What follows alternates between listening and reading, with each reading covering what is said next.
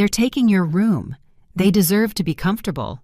When my daughter-in-law Emily said those words to me, I felt the air get sucked right out of my lungs. It wasn't just a room. It was my room. In my house, the house I built with the sweat of 40 years alongside my late husband David, the room where we slept together, where I cried when he passed, where I still keep his photograph on the nightstand. My name is Sarah. I am 64 years old, and this is the story of how a woman can lose her dignity little by little, until the day she decides to take it all back at once. It all started on a Thursday afternoon. I was in the kitchen preparing my weekly pot roast, just like I always do on Thursdays. My son Michael had left early for work. Emily came downstairs with that look I already knew so well, the look of someone who comes to demand, not to ask. "Mother-in-law, I need to talk to you." Not even Sarah. Just mother-in-law, as if it were a derogatory title. "What is it, dear?" I answered, drying my hands on my apron. "My parents are coming to live here," she just blurted out. "They can't afford their house anymore, and this house is big. There's plenty of space." My heart skipped a beat. To live here. Yes, here. After all, there are plenty of rooms, she said in that tone she used when she had already decided something without consulting me. I felt a knot in my stomach. This was my house. The house my husband and I paid for with sacrifice for 40 years. When Michael married Emily 3 years ago, I had just become a widow. I was devastated. Michael told me they would come live with me temporarily, so I wouldn't be alone, to help me through my grief. That was 3 years ago, and they never left. Emily, of course, they can come visit whenever they want, but they aren't coming to visit Sarah. She interrupted me with contempt. They are coming to stay. And they will be staying in the master suite, your room. It's the biggest one, the one with the private bath and the balcony. They deserve to be comfortable. You can move into the little storage room. The world stopped. The storage room, I repeated, unable to believe it. In my own house? Oh, please don't start with your usual drama, she huffed impatiently. What does it matter? It's just a room. Besides, you're old and alone now. What do you need all that space for? My parents are younger. They've worked their whole lives. They deserve to be comfortable in their final years. Old. She called me old. In my house. My hands were shaking. Emily, that room. I slept there for 40 years with your father-in-law. So what? She cut me off coldly. Are you going to live clinging to the past your whole life like some bitter old woman? It's been 5 years since he died. Get over it already. Life moves on, Sarah. Get over it. As if a love of 4 decades is just something you get over. As if a lifetime of memories could be erased just to make her parents comfortable, in my own house. Besides, she continued, crossing her arms, it's not like you need that much space. You're alone. You don't have a husband anymore. My parents are still together. They need privacy. They need a decent room, not that tiny room where a bed barely fits. Emily, this is my house, I said, feeling my voice tremble. I was the one who opened my doors to you and Michael when— Your house. She laughed mockingly. Oh, mother-in-law. Are you going to throw it in our faces now that we live here? That's such an ugly attitude. We're family. Or what? Are you going to charge us rent like we're strangers? How shameful. I didn't know you were so petty. I was speechless. She was twisting everything around, making me look like the bad guy. They'll be here on Sunday, she continued, looking at her nails indifferently. I already told them their room is waiting. So start packing up all your old junk. And don't make a scene in front of Michael. You know he hates problems. I don't want you turning him against me with your old lady complaints. She turned around and went upstairs, leaving me alone in the kitchen. The smell of the pot roast turned bitter in my throat. I sat down in the chair, my legs weak. My husband's photograph looked at me from the living room, his wise eyes, his calm smile. What do I do, my love? I asked him in silence. And then something inside me changed.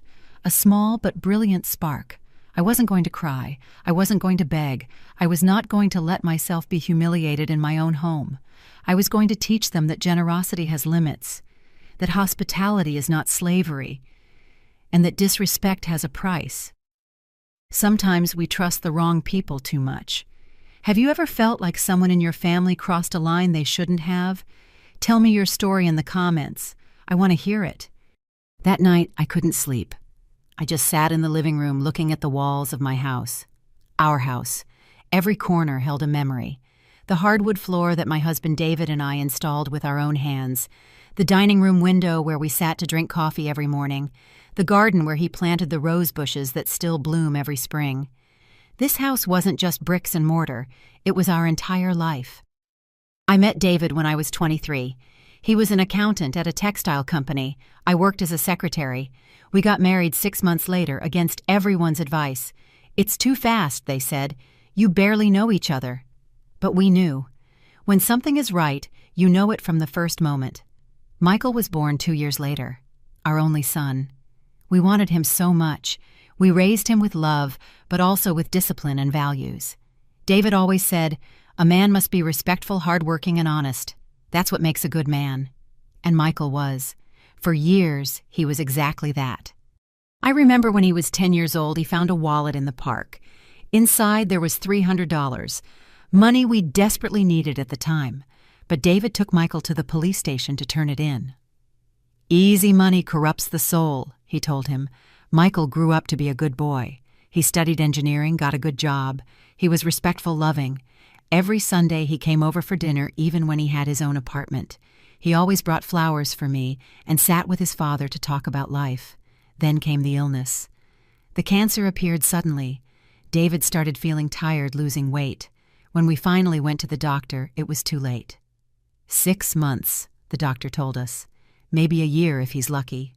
We weren't lucky. David passed away one November morning 5 years ago.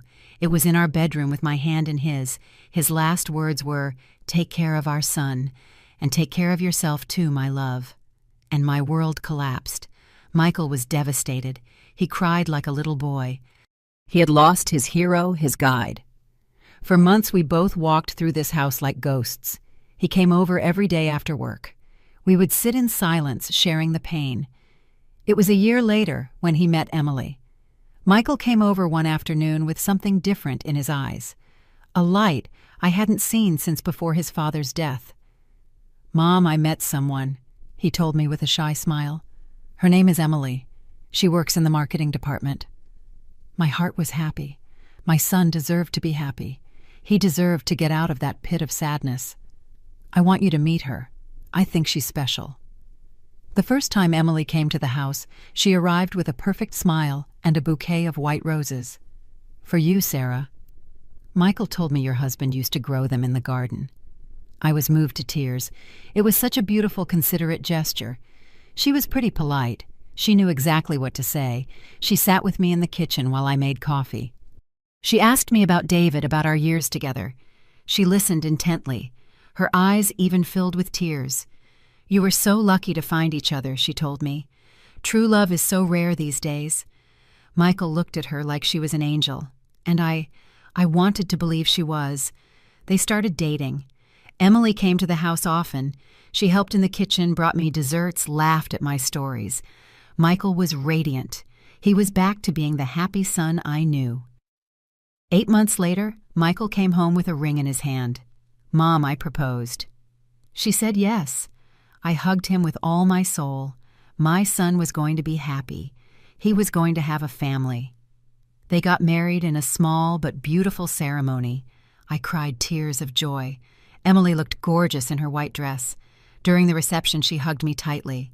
"Thank you for giving me such a wonderful son, Sarah. I promise to always take care of him."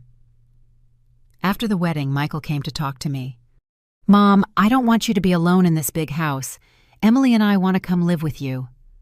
Just for a little while we save up for our own house." I hesitated.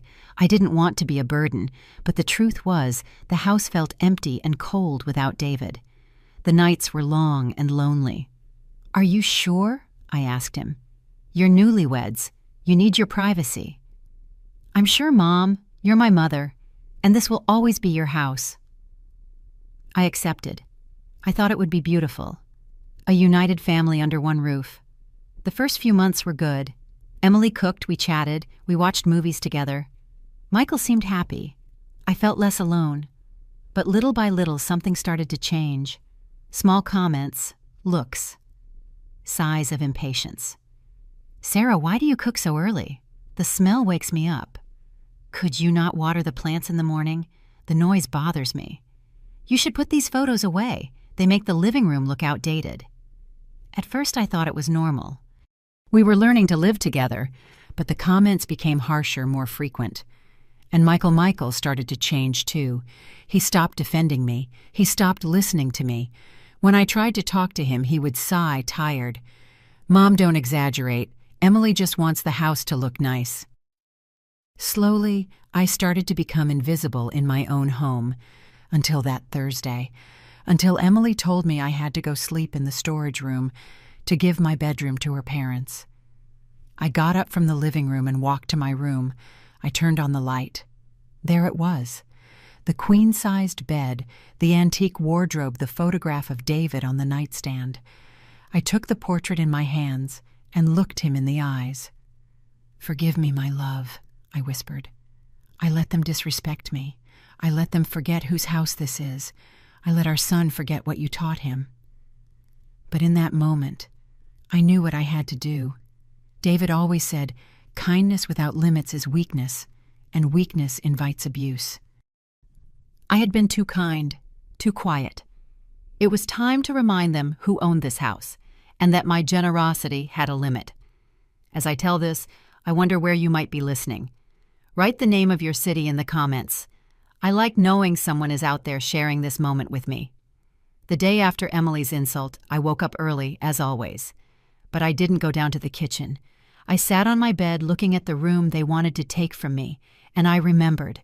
I remembered the exact moment when everything started to break, the moment I let slide, the moment I should have confronted. It was 2 weeks after they moved in. I had gone out early to the farmer's market. I wanted to buy fresh ingredients to make David's favorite pot roast. It was the recipe he loved, the one I cooked every Thursday since we were married. It was my way of keeping him close. When I returned loaded down with bags, I found Emily in the kitchen, but she wasn't cooking. She was throwing things in the trash. "Emily, what are you doing?" She didn't even turn around. "Cleaning. This kitchen was full of old junk." I got closer, and I felt the floor move beneath my feet. In the trash were David's recipes, the yellowed index cards where he wrote in his perfect handwriting every dish we invented together. 40 years of recipes, of memories, of love cooked over a low flame. Why did you throw these away?" My voice came out broken. "Oh, Sarah, really," she said, annoyed. "They're just old papers covered in grease stains. This is useless. Besides, we have the internet now. If you want recipes, just Google them." My hands trembled. I knelt by the trash can and started pulling out the cards. Some were crumpled, others torn. "These recipes. My husband wrote these. Everyone has—" "Well, your husband isn't here anymore," she interrupted coldly. "And you can't live in a museum, Sarah. Life moves on. Old things get thrown out. That's how it works." I stayed there kneeling with the dirty cards in my hands, wanting to cry, wanting to scream, but I did nothing. "Besides," she continued, opening the refrigerator, "since you're here, I want to talk to you about the food. Michael and I are trying to eat healthier. No more heavy grease, no more salt. Those roasts and heavy sauces you make are loaded with calories. We need light food, salads, steamed fish, modern things." Modern things. As if 40 years of comfort food were garbage, as if the love I put into every dish was worthless. I've always cooked this way," I murmured. Michael loved it when he was a kid," she corrected me. "But he's a grown man now, and I'm his wife. I know what's best for him." She went upstairs and left me alone, kneeling by the trash, picking up the pieces of my life. I washed every card carefully. I dried them. I put them in a box in my room. But I didn't say anything to Michael. When he came home that night, I made grilled chicken with salad just like Emily wanted. He ate in silence, looking at his phone. "Is it good, son?" I asked. "Yeah, Mom, it's fine," he answered without looking up. He didn't say delicious. He didn't say thank you. Just, it's fine. And I stayed quiet. That was the first crack. The first moment I should have put my foot down. The first moment I should have said, this is my house. These are my rules, and my memories are not garbage. But I didn't, because I was afraid. Afraid they would leave. Afraid of being alone again. Afraid that Michael would have to choose between his wife and his mother. And I knew who would win. So I swallowed the pain. I put the cards away, and I started cooking modern things. After that, more cracks appeared. Emily started moving things around. This table doesn't go here. This painting is outdated. These curtains are horrible. Little by little, my house stopped feeling like my house. Michael never said anything. When I tried to talk to him, he would just pat my hand. Mom let her. She's just trying to make the house look better. It's her way of feeling at home. Her home? What about mine? But I kept quiet. I kept giving in. I kept being the good mother-in-law who doesn't cause problems. Until that Thursday. Until she told me to move to the storage room. Sitting there on my bed looking at the walls of my room, I understood something. It wasn't that Thursday that I lost my place in this house. It was the day I picked those recipes out of the trash and said nothing. It was the day I allowed someone to throw away my memories. It was the day I became a guest in my own home, and I accepted it. But that day was over. I got up from the bed. I opened the drawer of my nightstand. There was the box with the recipe cards. I touched them with my fingers. David, I whispered. You asked me to take care of our son, but I forgot to take care of myself. I closed the box. I wasn't going to be quiet anymore. I wasn't going to give in. On Sunday, Emily's parents would arrive with their suitcases thinking my room was waiting for them. But I would be waiting for them too, with a surprise they would never forget. Have you ever let something go, only to regret not confronting it later? Sometimes silence doesn't bring peace. It only brings more pain. The following months were like walking on broken glass. Always careful, always measuring every word, always trying not to bother anyone. I became a stranger in my own home. I stopped cooking my favorite dishes. I stopped inviting my friends over for coffee. I stopped playing music in the mornings.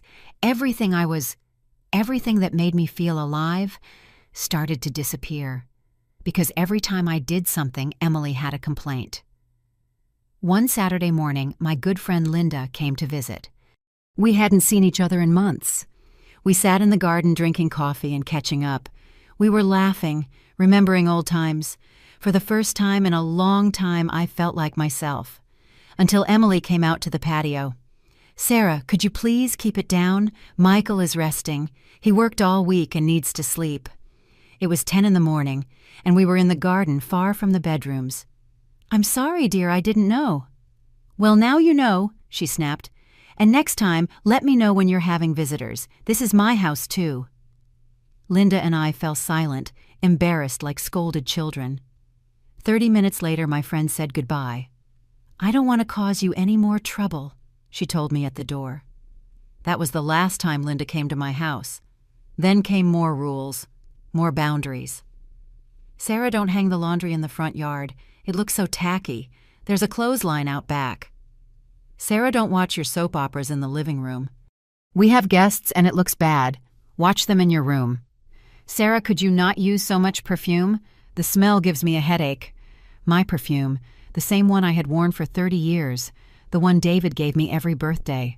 I stopped wearing it. And Michael said nothing. One afternoon while he was watching football in the living room, I dared to speak. Son, I need to talk to you. Go ahead, Mom, he replied, without taking his eyes off the television. It's about Emily. I feel like I can't do anything in my own house anymore. Everything I do bothers her. Michael sighed, that tired sigh I knew so well. Mom, are we doing this again? Michael, Emily is trying to make this house run better, he interrupted. She's trying to modernize it, make it look nice. Why can't you support her instead of complaining? I felt a sharp pain in my chest. I'm not complaining, son. I just want her to respect me. This is my house and... Mom, stop. His voice was harsh. I know it's your house. I know you bought it with Dad, but I live here too, and Emily is my wife. She has a right to feel comfortable. But I have a right too. A right to what? To live in the past? To keep everything the same as when Dad was alive? He stood up from the couch. Dad is gone, Mom, and you have to accept it. You have to move on. He went to his room, and I was left alone in the living room, crying in silence. My own son had told me I was living in the past, that I hadn't gotten over his father, as if love is something you get over, as if 40 years of marriage can be forgotten. That night, while I was making dinner, Emily walked into the kitchen. She leaned against the counter and looked at me with a smile that didn't reach her eyes. Sarah, I heard you spoke with Michael. I didn't answer. I kept chopping vegetables. Look, I'm going to be honest with you, she continued. I know this isn't easy for you, but you have to understand something. Michael is my husband now. He's not just your little boy anymore. He has a new family, with me. My hands trembled over the knife. And I am that family, she went on. So when you fill his head with complaints about me, all you're doing is putting him in an uncomfortable position. You're making him feel guilty. Is that what you want, to make your son suffer? I turned to look at her. I never wanted to make him suffer. Then stop complaining, she interrupted. Stop living in the past. Stop clinging to a man who is gone, and accept that things have changed, or life is going to get very, very difficult for you in this house. She walked out of the kitchen, leaving me with the knife in my hand and a broken heart. That night, lying in my bed, I looked at David's photograph. What is happening to me, love? I asked him quietly. Why did I let them talk to me like that? Why don't I defend myself? But I knew the answer. I was afraid of losing my son, afraid of being completely alone, afraid that if I demanded respect, they would leave and I would be stuck in this big empty house with no one. So I kept quiet. I kept giving in. I kept erasing myself. I gave up the master bathroom for them. It's more convenient for us, Emily said. I gave up the covered parking spot for her car. Yours is old anyway. It doesn't matter if it gets rained on, she said. I stopped using the living room in the afternoons. That's when we have visitors, and you're in the way, she told me. I made myself smaller and smaller until I almost disappeared. But last Thursday, when she told me to move to the storage room, something inside me broke. It wasn't just a room. It was the last part of me that was left in this house. And if I gave in on that, there would be nothing left of Sarah. Just a shadow, an invisible old woman living on charity in her own home. That night I made a decision. On Sunday, Emily's parents would arrive, and she thought I was going to pack my things like a good, obedient old lady. But this old lady was tired of obeying. This old lady was going to remind them who owned this house, and how much it cost to disrespect her. I still wonder how many women are going through the same thing right now, living in their own homes as if they were visitors. What do you think? Where is the line between being tolerant and letting yourself be trampled? Friday morning, 2 days before Emily's parents were set to arrive, I woke up with a strange clarity, as if I had been asleep for years and was finally opening my eyes. I got up early. Michael had already left for work. Emily was still asleep. The house was silent, and in that silence, I started to see things I didn't want to see before. I went down to the kitchen to make coffee. Emily's phone was on the counter. She had forgotten it there last night. The screen lit up with a notification. I didn't mean to look, but what I saw froze my blood. It was a text from her mother. It said, "Did you tell the old woman to give us the room yet? If she doesn't agree, threaten her that Michael will leave with you. That fool will do anything to not be left alone." I stood there paralyzed, staring at that screen. That fool, that's what she called me behind my back. And the worst part was that she was right. I had done anything to not be left alone, but not anymore. I left the phone exactly where it was and went up to my room. I locked the door, and I cried. I cried with rage, with shame, with pain. How had I let it get this far? An hour later, I heard footsteps in the hall. Emily was awake. I heard her voice on the phone. "Yes, Mom, everything is going according to plan. You move in on Sunday. I already told her to pack her things. Oh, Mom, if you only knew how easy she is to handle.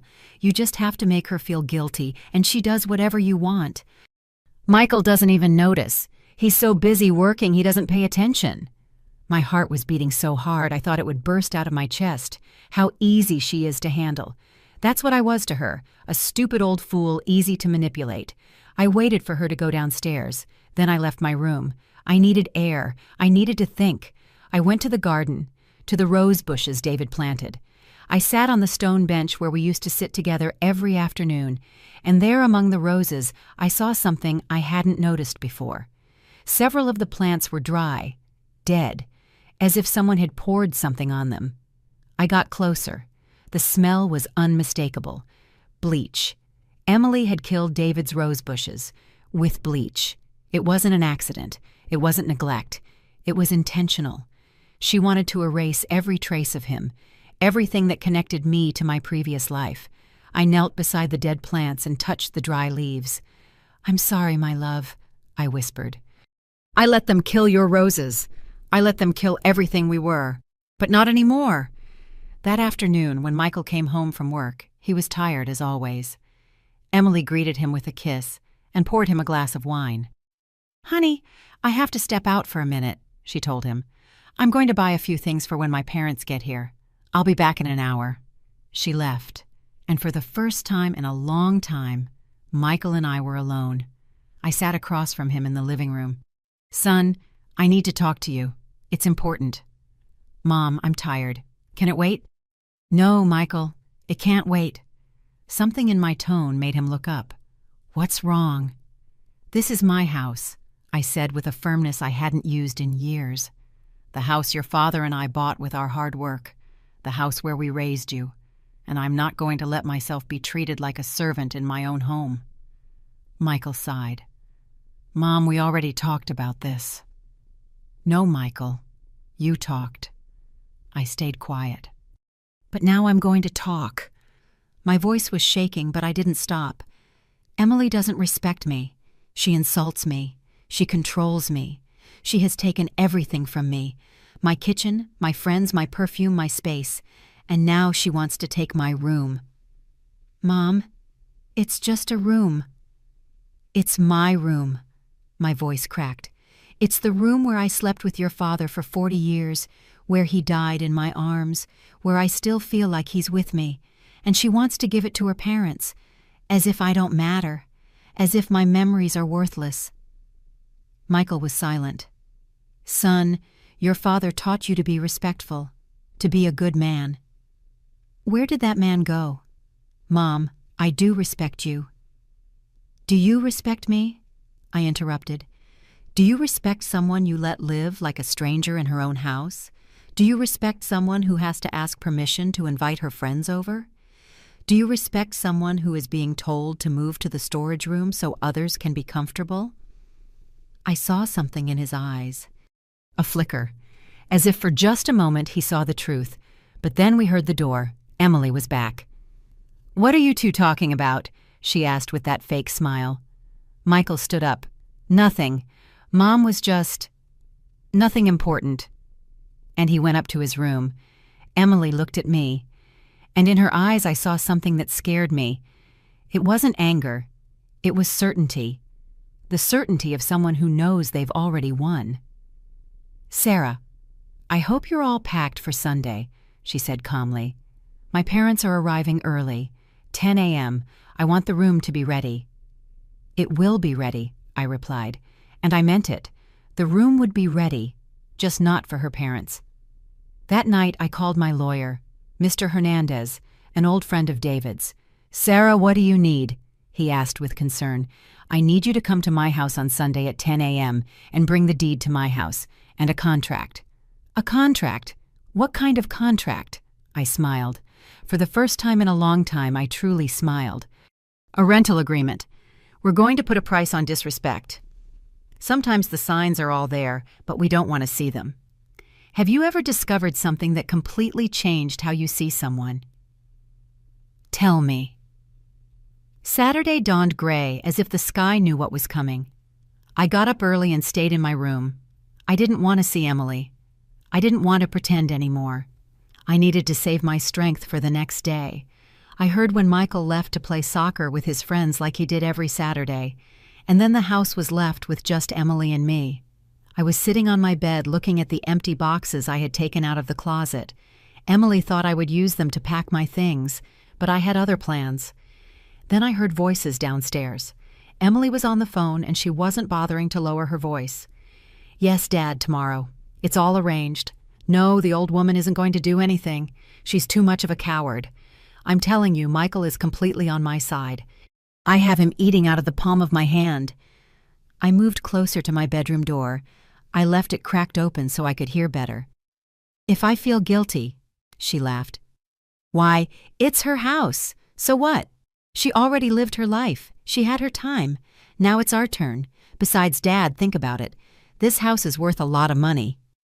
If we can make her feel so uncomfortable that she leaves for a nursing home or something, Michael can sell it, and we get everything." I felt the floor move beneath my feet. We get everything. That was the plan. It wasn't just about taking my room. It was about taking my house. It was about pushing me out until I left, or until I died. "Of course Michael doesn't know," Emily continued. "He thinks I love his mom, that I just want to modernize the house. He's so naive. But I like him that way. A man who doesn't ask questions is easy to handle. My son, my Michael, the good man his father and I raised. She had him fooled, completely fooled. Yes, Dad. Tomorrow at 10, bring everything. Clothes, furniture, whatever you want. This is going to be your house now. And the old woman, well, if she doesn't like the storage room, there are some very nice nursing homes around here. Michael can pay for one." She hung up, and I heard her footsteps coming up the stairs. I shut my door quickly. My heart was pounding like a drum. I sat on the bed, shaking. This wasn't just disrespect. It wasn't just abuse. It was a plan, coldly calculated, to take my house, my life. And Michael, my poor Michael, had no idea. I looked at David's photograph on my nightstand. His wise eyes looked back at me. "Do you see my love?" I whispered. "Do you see what I let into our home? Do you see what I've let them turn our son into?" But then in the midst of the pain, I felt something else. Clarity. Absolute moral clarity. This wasn't just about me. It was about Michael, too. About the man who was losing his dignity without even knowing it. About the son who was betraying the values his father taught him. If I didn't do something, Emily wouldn't just destroy me. She would destroy Michael, too. I stood up. I opened the drawer where I kept David's recipe cards. I took them all out. I laid them on the bed. Each one was a lesson, a memory, a moment of love. Thursday pot roast, because love is cooked slowly. Christmas tamales, made with the hands of the whole family. Sunday morning sweetbread. To share with those you love. David didn't just teach me to cook. He taught me that food was love, that family was respect, that a home is built on values, not deceit, and I had allowed all of that to be lost. But tomorrow I would get it back. That afternoon, while Emily was in her room getting things ready for her parents, I went out to the garden, to the dead rose bushes. I knelt beside them and touched the dry, brittle leaves. "Forgive me for not protecting you," I told them quietly. "Forgive me for letting them kill you." But then I saw something. Among the dead plants there was a new shoot, small, green, fighting its way out of the dirt, a rose bush that refused to die. That was me. A woman they had tried to dry out, a woman they had tried to kill little by little, but I still had life inside me. I stood up, I brushed the dirt from my knees, and I went back into the house with my head held high. That night, Michael came home late. He was tired from soccer. Emily served him dinner while talking nonstop about how excited she was for her parents to arrive. You'll see, honey. My mom is an amazing cook, and my dad is so funny. You're going to love them." Michael just nodded, not paying much attention. "Did you pack, Mom?" he asked me suddenly. Silence filled the kitchen.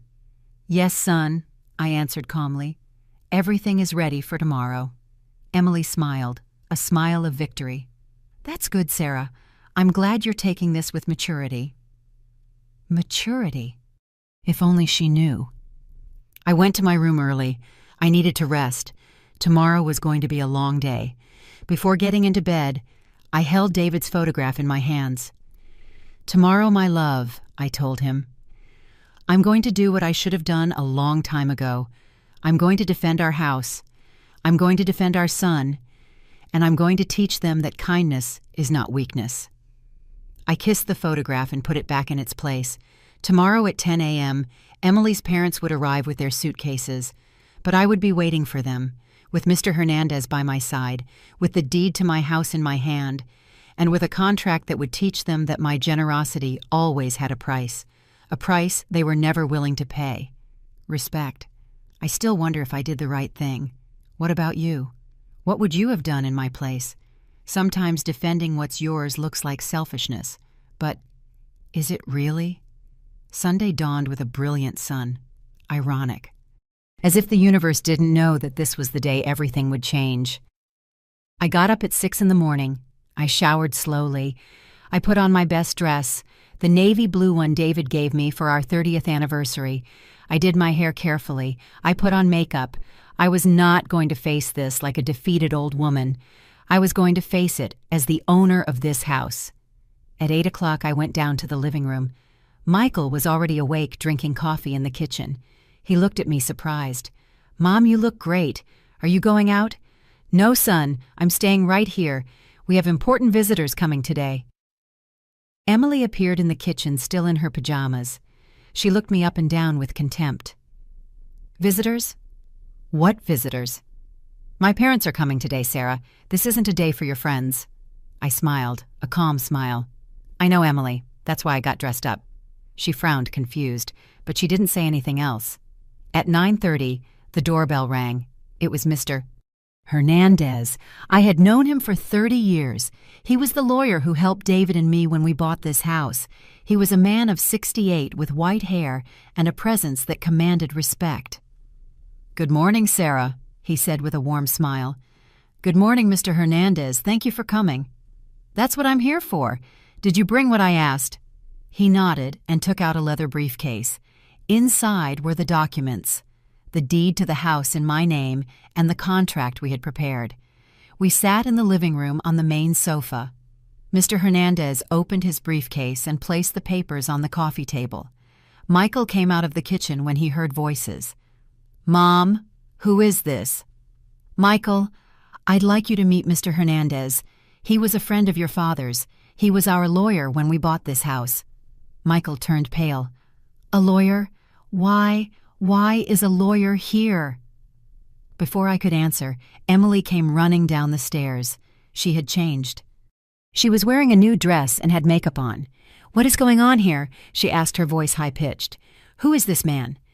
"I am Mr. Arturo Hernandez, a public notary," he replied in a professional voice, "and I am here representing the legal owner of this property, Mrs. Sarah Martinez." The silence was absolute. Emily looked at me, her eyes filled with fury. "Owner, what is going on?" At that exact moment, the doorbell rang. It was 10 o'clock sharp. "That must be your parents," I said calmly. "Go ahead, Michael. Open the door." My son, completely confused, went to open it. 2 people walked in. Emily's father was a short man in his 60s with a thick mustache and a prominent belly. Her mother was a thin woman with bleach blonde hair and too much makeup. They were carrying suitcases. Lots of suitcases. "Mom, Dad." Emily ran to hug them. "Welcome. Come in. Come in. This is your home now. This is your home now." Her parents entered smiling, looking at everything with evaluating eyes as if they already owned the place. "What a beautiful house," said Emily's mother. "Much better than you told us, honey." "And where's our room?" asked the father, dropping a heavy suitcase on the floor. "I want to rest. It was a long trip." "It's upstairs, Dad. The master bedroom, the biggest one with the balcony and private bath." Michael was still standing by the entrance, paralyzed, understanding nothing. "Excuse me," I said, standing up from the sofa. "I believe there has been a confusion." Everyone turned to look at me. "Confusion?" asked Emily's mother with disdain. "What confusion? Emily told us we were staying in the master bedroom." "That's right," I confirmed. "Emily told you that, but Emily forgot one small detail." I walked to the center of the living room. Mr. Hernandez stood up beside me. "This house is mine," I said, my voice clear and firm. "In my name. I am the sole owner. My son Michael and his wife Emily live here out of my generosity, as guests in my home." Emily's father let out a nervous laugh. "So what, we're family. Families help each other." "You're right," I replied. "Families help each other, but they also respect each other. And you, sir and madam, are in my house without my permission." "Sarah, what are you doing?" Michael finally spoke. "It's Emily's parents. Let them in. They are coming in, son. But first, we are going to clear things up." I walked to the coffee table and picked up one of the documents. "Mr. Hernandez and I have prepared a contract, a rental agreement for the use of the master suite." "A rental agreement!" Emily shrieked. "You're going to charge us rent." "Not you," I corrected her. "Your parents. They are the ones who will be occupying the room, are they not?" Mr. Hernandez cleared his throat and read from the document. "Rental agreement for the exclusive use of the master suite, which includes a 270-square-foot bedroom full private bath balcony with garden view walk-in closet and controlled access. Monthly rent $8,200, paid in advance on the first of each month. Security deposit $16,400. The silence was deafening. $8,200, Emily's father shouted. "Are you insane?" "I am not insane," I replied calmly. "That is the market price for a room of that size in this part of the city. Mr. Hernandez did the research. In fact, I'm charging a little less than the average." "But we're family," Emily's mother shouted. "You don't charge family." "You're right," I said, looking her straight in the eye. "You don't charge family, but family has respect. Family asks for permission. Family doesn't show up and demand someone else's room as if it were a hotel." Emily was red with fury. "This is ridiculous. Michael, say something." My son was staring at me with wide eyes, still processing everything. "Mom, are you serious?" "Very serious, son." I picked up another document. "Here is the deed of ownership in my name, as it has been since your father and I bought this house 40 years ago. I paid every mortgage payment. I paid for every repair. I paid the taxes. This house is mine." Mr. Hernandez intervened. "Mr. Michael and Mrs. Emily reside here as a courtesy of Mrs. Sarah. They do not pay rent. They do not pay utilities. They do not pay for food. They live entirely on the generosity of the homeowner." "He is my son," I exploded for the first time. "Of course he lives here without paying, but that does not give him or his wife or anyone else the right to disrespect me in my own home." I turned to Emily's parents. "You came here thinking you could just take my room, the room where I slept for 40 years with my husband, where he died in my arms. And you know what, you can stay." I saw a glimmer of hope in their eyes. "But you are going to pay $8,200 every month, or you leave." Emily's father's shoulders slumped. We don't have that kind of money. That's why we lost our house." "I know," I said. "That's why Emily planned to bring you here, to live for free, at my expense, taking my room, sending me to the storage room, as if I were the maid in my own house." Emily walked toward me, shaking with rage. "You are a selfish, bitter old woman. You have this entire house. What does it cost you to give one room to my parents?" "What does it cost me?" My voice broke. "It costs me my dignity. It costs me my memories. It costs me the last space where I still feel my husband close to me." Tears started to roll down my cheeks, but I didn't stop them. "You called me old. You called me a fool. You told me to get over my husband's death as if it were easy. You killed his rose bushes with bleach. You threw his recipes in the trash. You ran off my friends. You forbade me from wearing my perfume. You made me invisible in my own house. My voice rose. And still I kept quiet. I kept giving in. I kept giving you everything. Why? Because I loved you. Because I thought if I was good, if I was generous, if I didn't cause problems, you would love me. You would respect me. I looked at Michael, my heart broken. But I was wrong, son. You didn't respect me. You despised me. You saw my kindness as weakness, and my silence as permission to trample me. Michael had tears in his eyes. Mom, I didn't know. Of course you didn't know, Emily interrupted with venom. Because she's exaggerating everything. She's a manipulator. She's trying to turn you against me. I walked to the living room cabinet and took out my phone. I touched the screen. Suddenly, Emily's voice filled the speaker. It was the recording of her phone call from the day before. If I feel guilty, why, it's her house. So what? She already lived her life. She had her time. Now it's our turn. Michael was frozen solid. This house is worth a lot of money. If we can make her feel so uncomfortable that she leaves for a nursing home or something, Michael can sell it. And we get everything.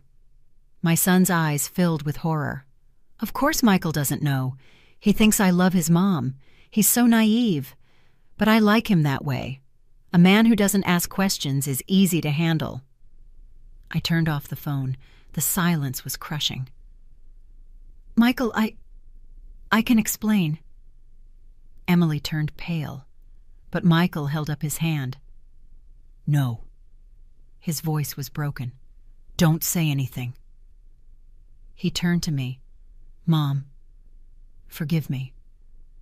Forgive me for being so blind, for not listening to you, for letting them treat you like this. Tears streamed down his face. Dad taught me to be respectful, to stand up for what's right, and I let them trample my own mother, in her own house. He covered his face with his hands and wept. Emily was in shock. Her parents, ashamed, grabbed their suitcases. We'll just go, her father muttered. That would be best, I said, my voice soft but firm. Emily's parents walked out of the house dragging their suitcases, without looking back. Emily shot me a look full of hatred. This isn't over, she hissed. You are going to pay for this. No, Emily, I said with a calm I didn't feel. The one who is going to pay is you. The universe always collects its debts, and you have a very large debt with respect, truth, and decency. She stormed up the stairs and locked herself in her room. Michael walked over to me. He hugged me. I'm sorry, Mom. I'm so sorry. I hugged him back. My son. My boy. Lost in the lies of someone who didn't truly love him. I know, son. I know. Mr. Hernandez packed up his documents. Sarah, if you need anything else, I'm here. That recording is more than enough evidence of her intentions. This house is protected. Thank you, Mr. Hernandez. Thank you for everything. He said his goodbyes and left. I was left alone with Michael in the living room. My son was broken. My dignity was recovered. But my heart was still bleeding, because I knew this was just the beginning. I had won the battle, but the war had just begun. Have you ever had to choose between peace and your dignity? Sometimes standing up for what's right hurts more than staying quiet. But silence kills you from the inside. The days after that Sunday were strange, like living in a house where a bomb had just exploded. Everything was still standing, but the air smelled like destruction. Emily didn't speak to me. She would pass by me as if I were invisible, but now her silence didn't hurt me. On the contrary, it was a relief. Michael didn't talk much either. I'd see him in the mornings before he left for work with dark circles under his eyes. He wasn't sleeping well. He was carrying the weight of discovering who the woman he married really was. On Monday night, 3 days after the confrontation, Michael knocked on my bedroom door. "Mom, can I come in?" "Of course, son." He walked in slowly. He sat on the edge of my bed. He had his hands clasped between his knees, like when he was a boy and came to confess something. "I don't know what to do," he said in a broken voice. "I don't know how I didn't see all this before." I sat down next to him. "Love makes us blind, son. We want to believe people are who we imagine them to be, not who they really are. But Dad always said to watch actions, not words, and I only saw what I wanted to see." He put his head on my shoulder. "My big son, my lost boy." "What are you going to do?" I asked gently. "I don't know. I talked to her yesterday. I asked her why. Why did she lie? Why did she plan all that? Why did she treat you like that?" "And what did she say?" "That you exaggerated everything, that the recording was taken out of context, that you were manipulating me to turn me against her." He took a deep breath. "But I heard that recording, Mom. Her words, her tone. There was nothing out of context." He wiped his tears on the back of his hand. "She told me that if I don't support her, if I don't ask you to apologize to her parents, she's leaving." My heart sank. "And what did you tell her?" "I told her that you have nothing to apologize for, that this is your house, that you have always been generous with us, that she was the one who was disrespectful." He closed his eyes. "And then she told me something that chilled my blood. She said, 'I knew you would choose your mommy. Men like you never grow up. You'll always be Mama's boys.'" I stayed quiet. That was classic manipulation, making him feel weak for doing the right thing. "Son, look at me." I took his face in my hands. "Defending your mother from abuse doesn't make you weak. It makes you a man of honor. Your father would be proud of you." Michael cried. He cried in a way I hadn't seen him cry since David's funeral. "I loved her, Mom. I really loved her. Or at least, I loved the person I thought she was." "I know, son, and that hurts. It hurts to discover the person we loved never really existed." We sat in silence for a long time. "What do you want to do?" I finally asked. I want to ask her to leave, but I'm scared of being alone, scared of having wasted 3 years of my life, scared of what people will say." I hugged him tight. "Fear is normal, Michael, but staying with someone who doesn't respect you, who manipulates you, who despises your family, that isn't love. That's a prison." He nodded slowly. "Give me time, Mom. I need to think this through. You have all the time in the world, son. This is your house. It always will be." He stood up and gave me a kiss on the forehead. "Thank you for not giving up. Thank you for defending yourself, even when I didn't defend you." He left my room, and I was left alone with my thoughts. I couldn't sleep that night. I got up and went down to the kitchen to make myself some chamomile tea. While I was waiting for the water to boil, I heard footsteps on the stairs. It was Emily. She stopped when she saw me. For a moment, I thought she would turn around, but she didn't. She came into the kitchen. "Sarah," she said without the Mrs., "I need to talk to you." "Go ahead." She sat on one of the bar stools. She looked tired. Dark circles, no makeup, her hair pulled back in a messy ponytail. She started, but stopped. "I'm not a bad person." I didn't respond. I just waited. "My parents, they lost everything. My dad's business went bankrupt. They lost their house. They're living in a horrible tiny apartment. With leaks." Her voice broke. "I just wanted to help them, give them a decent place to live. That's not bad, is it?" "No," I answered calmly. "Wanting to help your parents isn't bad. But the way you tried to do it, that was." "How was I supposed to do it?" she asked in frustration. "Ask your permission. Beg you. You have this huge house, empty rooms. Why not share?"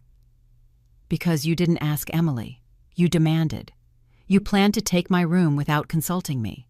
You sent me to the storage room as if I were the help. You killed my husband's roses. You threw away his recipes. You ran off my friends. You insulted me. You despised me. My voice stayed firm. And then when you thought I wasn't listening, you said you wanted to push me into a nursing home to get my house. She looked down. I was angry. I didn't mean it. Emily, you can lie to yourself, but don't lie to me. You did mean it, and if I had been weaker, if I had given in, if I had gone to that storage room, what would your next step have been? How long before you started saying I was a burden, that I was too old to live alone, that I needed a home? She stayed silent because she knew I was right. I am not your enemy, Emily. I never was. I opened the doors of my home to you.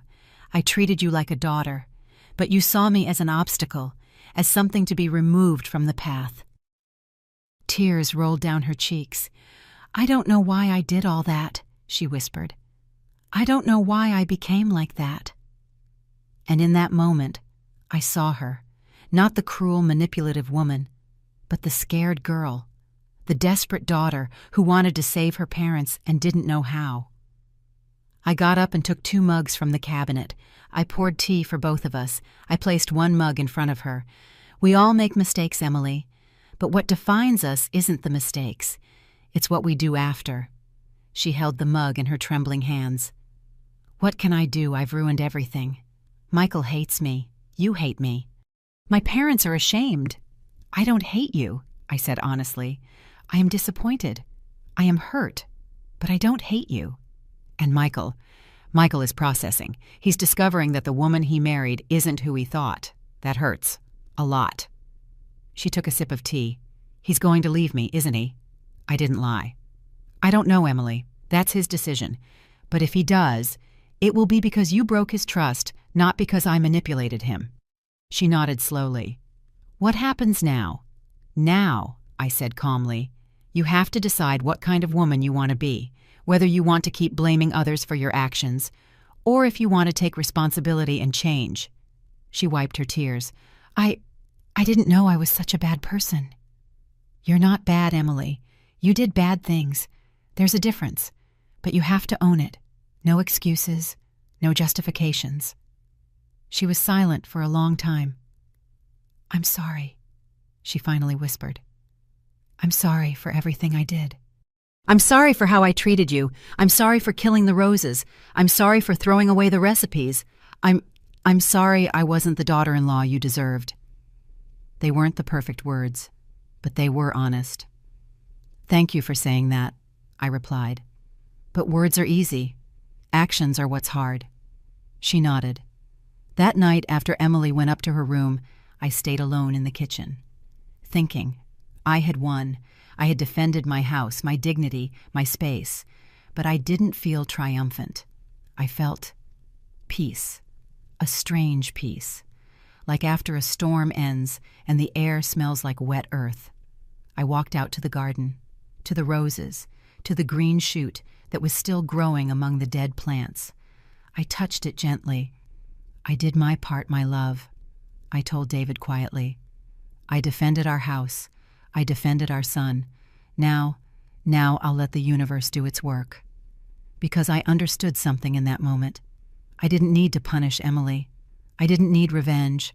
Life itself would teach her, would collect the debt, would show her that respect isn't optional, that lies have short legs, that you reap what you sow. I just needed to stand firm, maintain my boundaries, and trust that justice, true justice, always arrives. In its own time, in its own way. I still wonder if I did the right thing. What about you? What would you have done in my place? Sometimes forgiving doesn't mean forgetting. It means letting go of the weight of resentment. 3 weeks passed since that night in the kitchen. 3 weeks in which the house breathed differently, as if it could finally exhale after holding its breath for years. Michael and Emily were still sleeping in the same room, but they weren't the same. He left early for work and came back late. She spent her days locked away looking at her phone, avoiding my gaze. Until one Wednesday afternoon, Michael came home earlier than usual. He had a serious, determined expression. "Mom," Can we talk, all three of us?" Emily came down from her room. She looked pale, as if she already knew what was coming. We sat in the living room, the same place where everything had exploded 3 weeks earlier. Michael took a deep breath. "I've been doing a lot of thinking." He began looking at his hands. "And I've come to a conclusion." Emily bit her lip. "Emily, I want you to leave." She closed her eyes. The tears started to fall. "Michael, please." "Let me finish." His voice was firm, but not cruel. "I've tried. I really have. But every time I look at you, I remember that recording. I remember how you talked about my mom, how you called her a fool, how you planned to get her out of her own house." He wiped away a tear that rolled down his cheek.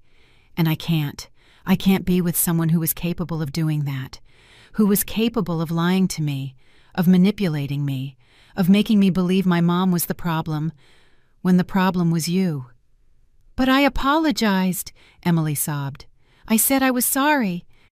"I know, and I believe a part of you is, but an apology doesn't erase what happened.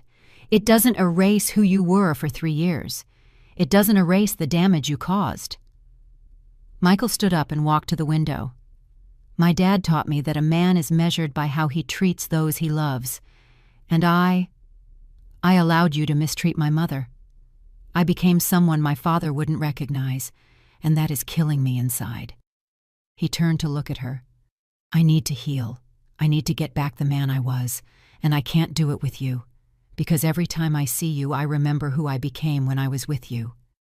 Emily cried in silence, but she didn't beg. She didn't throw herself on the floor. She didn't make a scene. She just nodded. When do you want me to leave?" "This weekend. I'll help you with the move. I'll give you money to rent an apartment for the first few months. I'm not going to leave you on the street, but you can't stay here." She stood up. She walked over to me.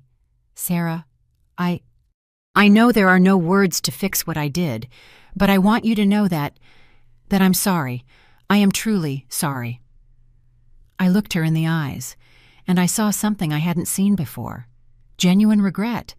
Not the regret of someone who got caught, but the regret of someone who finally understands the damage they caused. "I believe you, Emily," I said gently, "and I hope you learn from this. I hope that the next time you have a home, you take care of it. That the next time someone gives you their trust, you value it." She nodded and went up to her room. Michael came over and hugged me. "Thank you, Mom. Thank you for not giving up, for showing me what I didn't want to see." I held him tight. My son, my boy, who was finally finding his way back. Saturday morning, a moving truck arrived at the house. It wasn't big, just enough for Emily's things. I was in the kitchen making coffee. I heard the footsteps, the boxes being carried, a life being packed up. Emily came down with her last suitcase. She stopped at the kitchen entrance. "Goodbye, Sarah." "Goodbye, Emily. Take care." She nodded and walked out. Michael went with her. He helped her arrange her things in the truck. They spoke for a moment. She cried. He hugged her. And then she got in the truck and left. My son came back into the house. His shoulders slumped. He closed the door. He leaned against it. And finally he cried. He cried for the lost marriage, for the wasted years, for the woman he loved who never really existed. I hugged him. I let him cry, because sometimes the pain needs to come out.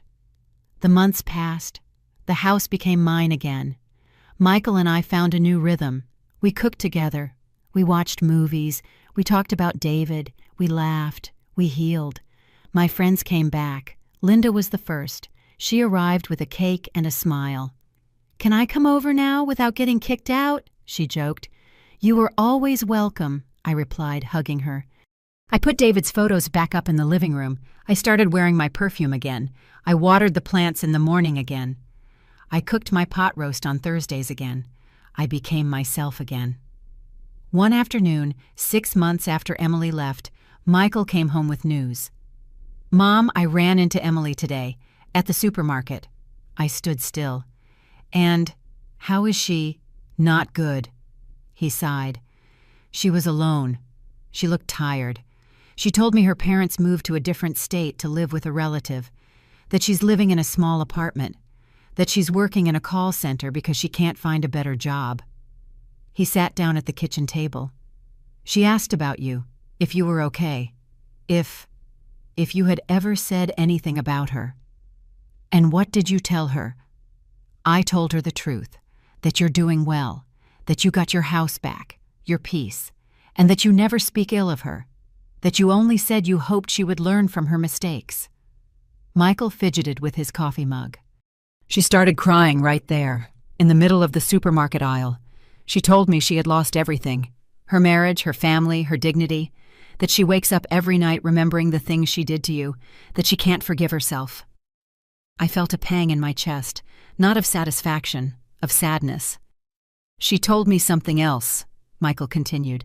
She said, your mom was right. Life always collects its debts, and I'm paying every single day.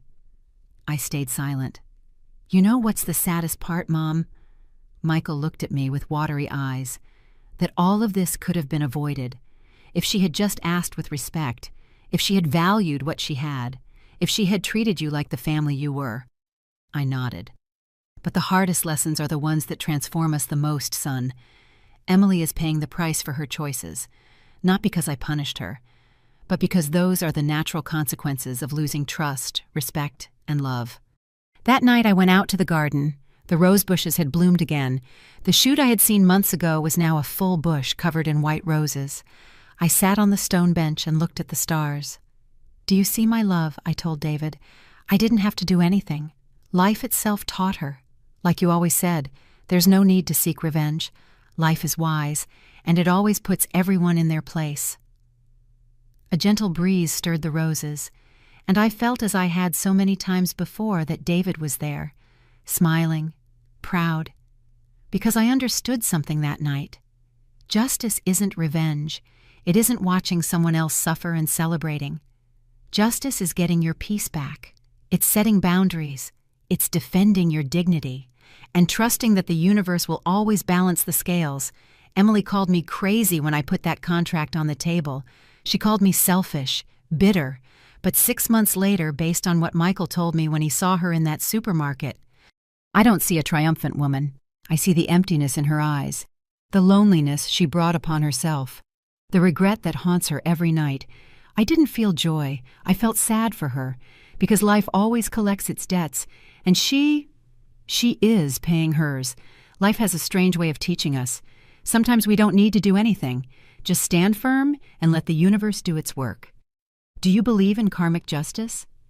It's been a year since that Sunday morning. A year since I put that contract on the table and took back my dignity. My name is Sarah. I am 65 years old. And today, sitting in the garden of my house, looking at the rose bushes that have bloomed again, I can say something I couldn't say a year ago. I am at peace.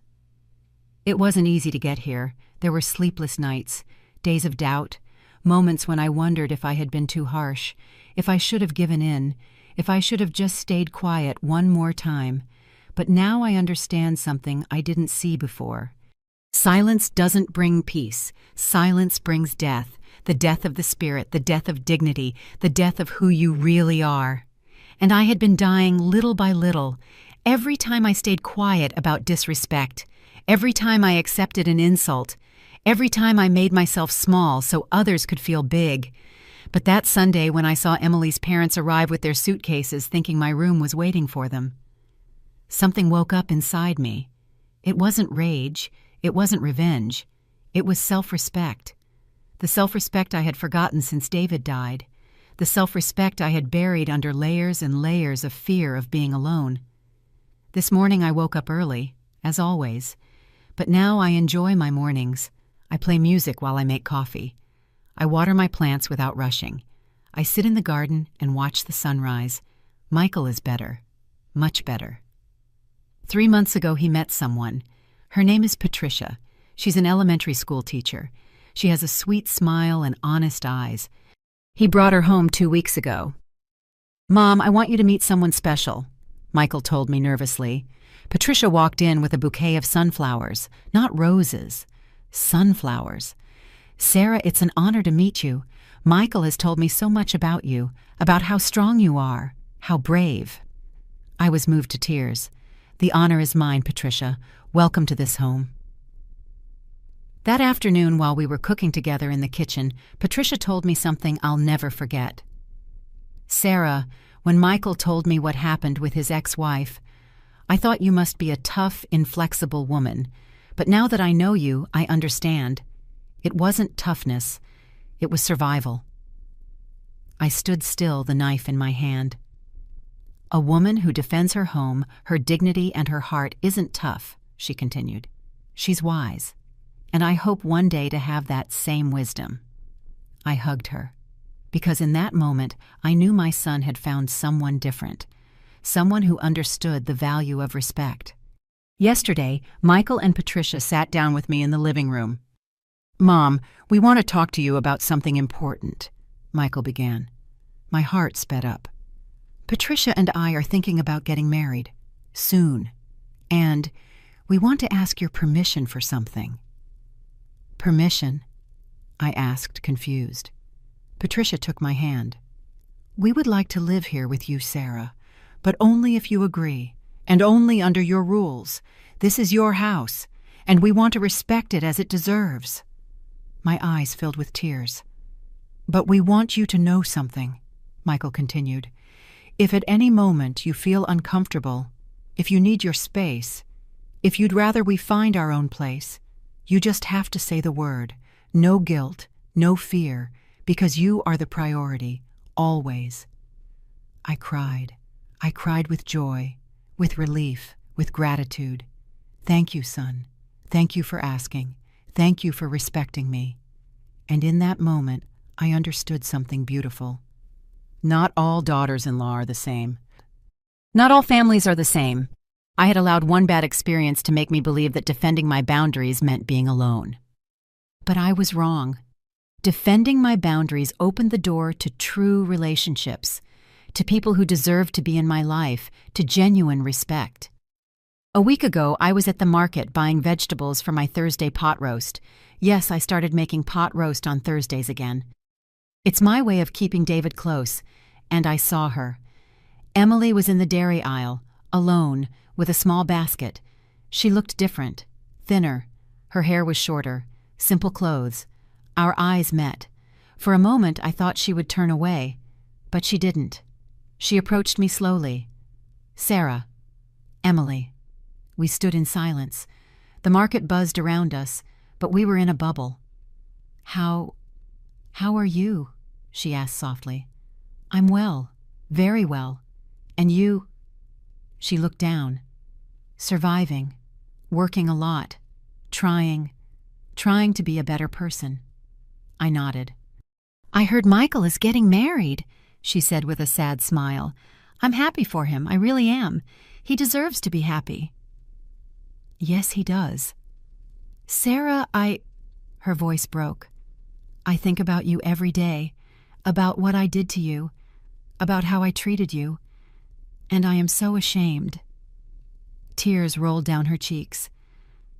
"I've been going to therapy. I'm working on myself, trying to understand why I was so cruel, why I thought it was okay to treat someone like that." "I'm glad to hear that, Emily." Will you ever be able to forgive me?" I took a deep breath. "I already forgave you, Emily, months ago. Because holding a grudge is like drinking poison and expecting the other person to die. And I've already wasted too much of my life on bitterness." She sobbed. "But forgiving doesn't mean forgetting," I continued. "It doesn't mean we'll be family again. It doesn't mean I trust you. It means I wish you well. I hope you learn. I hope you never ever treat anyone the way you treated me." "I never will," she whispered. "Never. This lesson cost me everything, but I learned it." We said goodbye. She went down one aisle, I went down another. And when I left the market, my bags full of ingredients for the pot roast, I felt something strange. Lightness. As if I had finally set down a weight I had been carrying for a year. That afternoon, while I was cooking, Michael came into the kitchen. He stood in the doorway, just watching me. "What is it, son?" "Nothing, Mom. I was just watching you. And I was thinking about how lucky I am to be your son." My eyes filled with tears. "Dad always said you were the strongest woman he'd ever known. I didn't understand it. I thought strong meant being big, tough, unbreakable." He walked over and hugged me. "But now I get it. Strong is falling and getting back up. It's being silent for years and finally finding your voice. It's forgiving without being a fool. It's setting boundaries without being cruel." I held him tight. "Your father would be so proud of you, Michael, of the man you've become. Only because you showed me the way, Mom. When you put that contract on the table, you didn't just defend yourself, you defended me too. You opened my eyes." That night after dinner, I went out to the garden. The rose bushes were in full bloom, white, pure, beautiful. I sat on the stone bench and looked at the stars. "We did it, my love," I told David. "We got our house back, we got our son back, and we found peace." I closed my eyes and felt the breeze, and in that breeze, I felt his presence, his voice, his words. "I always knew you were stronger than you thought. You just needed to remember." I smiled, because it was true. I had forgotten who I was. The woman who worked 40 years alongside her husband to buy this house, the woman who raised a son with values, the woman who survived the death of the love of her life and kept going. I had forgotten Sarah, but that Sunday when I put that contract on the table, Sarah came back. And this time she was here to stay. Today, 1 year later, I can look back and say something with certainty. I have no regrets. I don't regret saying enough. I don't regret setting boundaries. I don't regret defending my dignity. Because in the process, I didn't just save my house, I saved myself. And if my story can help just one woman to open her eyes, to realize she doesn't have to be quiet, that she doesn't have to make herself small, that she doesn't have to put up with abuse just for fear of being alone, if my story can help even one woman find her voice, then it will all have been worth it. Because at the end of the day, life teaches us one simple but powerful truth. You cannot give what you do not have. You cannot give respect if you don't respect yourself. You cannot give love if you don't love yourself first. You cannot give dignity if you have lost your own, and I had lost mine, little by little, day by day, until I almost disappeared. But I got it back. And with it, I got my life back. So if you are listening to this story and you feel a connection, if you are living in your own house feeling like a guest, if there is someone in your life who makes you feel small, invisible, insignificant, I want you to know something. You are worthy. Your voice matters. Your dignity is non-negotiable. And it is okay to set boundaries. It is okay to say no. It is okay to defend your space, your peace, your heart. It is not selfishness. It is self-respect. And self-respect is the first step toward a true life. I get up from the bench, I brush the roses one last time, and I go back into my house, my home, the place where finally, after so much time, I feel like myself again. Sarah, 65 years old, widow, mother, woman, and for the first time in a long time, free. Thank you for listening to the end. If this story touched your heart, subscribe and hit the bell to hear more stories of women who transformed their pain into wisdom. Every day, a woman, a life lesson. Share this story with someone you love. Sometimes a story like this can change someone's entire day. God bless you, and until next time.